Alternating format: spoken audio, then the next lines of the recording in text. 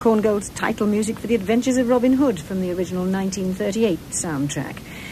You're now, George MacDonald Fraser, in your mid-70s and you live on the Isle of Man, which is why you know so much about the TT races. Do you live there for tax reasons or yes, for others? Yes. Totally? Originally, yes. But I can say with my hand on my heart now that if the British rate of tax was lowered below the Isle of Man's rate, I wouldn't come back. I wonder why not. You quite like because the island's lovely. It's a wonderful place to be. I like the Manx. We're very happy there. But it's something to do, perhaps, with you as well, liking to be slightly removed out of the mainstream because you don't quite like the way it's gone? No, I think it's an atavistic thing. I love the West and the islands. But you like being away yes. from the mainland as well, yes, don't you? Yes. It's part of that, isn't it? Yeah. It's part of... I mean, you... Oh, I wouldn't like to live in Britain now. When I come back, I don't know, it doesn't look the way it did. What do you mean? It looks rather shabby. It looks rather run down. I don't know, something has happened to the national character, which I don't quite like. But you haven't stopped writing, and no. there's still space in Flashman's Life, although we know he dies, because we know this from the original papers, discovered in Ashby de la Zouche. That's right. He dies in 1915, doesn't he? That's Age 93. Right. But there's plenty of space left. You've had him... You've certainly got to the turn of the century, because he's rubbed shoulders with the Prince of Wales and... and Queen Victoria and Abraham Lincoln. And he's been at Rorke's Drift. That's right. But there's still quite a 15-year kind of space. There's lots of space still to go. I mean, there's the whole Victorian era, those bits that I haven't touched. Or are you fed up with him? No, I'm fed up with him as soon as I finish the book. I never want to see the brute again. You know, that's that. But then it starts after a year or two, and I do another one. Record number 7.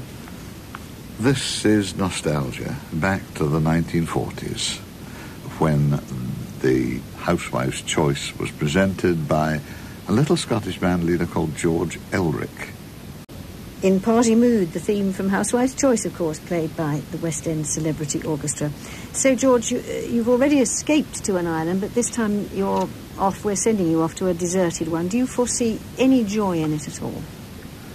There's something attractive at being shipwrecked, I suppose, and away from the world.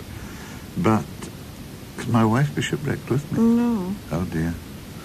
And the grandchildren obviously can't. No. Mm-hmm. No, well, I don't foresee much fun. What would you, apart from the people, of course, what would you hate to be without? What would you miss most from civilised life?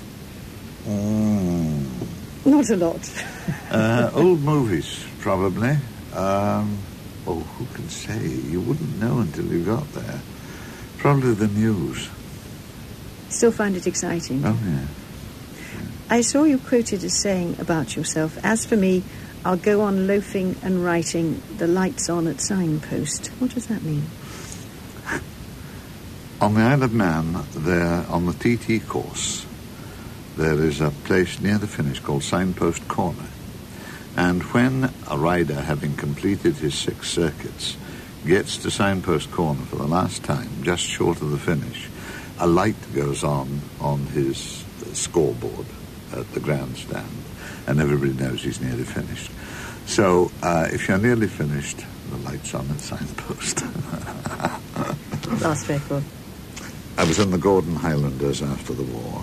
I loved the Gordons. Winston Churchill said, the finest regiment in the world.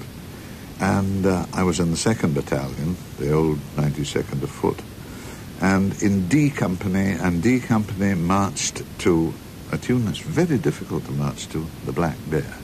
Regimental band and the massed pipes of the Scots Guards playing the Black Bear as they march away. You can only take one of those 8 records, George. Which one would you take?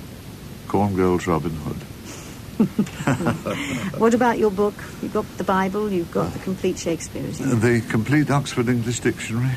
Mm-hmm. I mean, it's about 20 volumes, so I suppose it's a bit of a cheat. But it's endless reading. And what about your luxury? A typewriter and an unlimited supply of paper.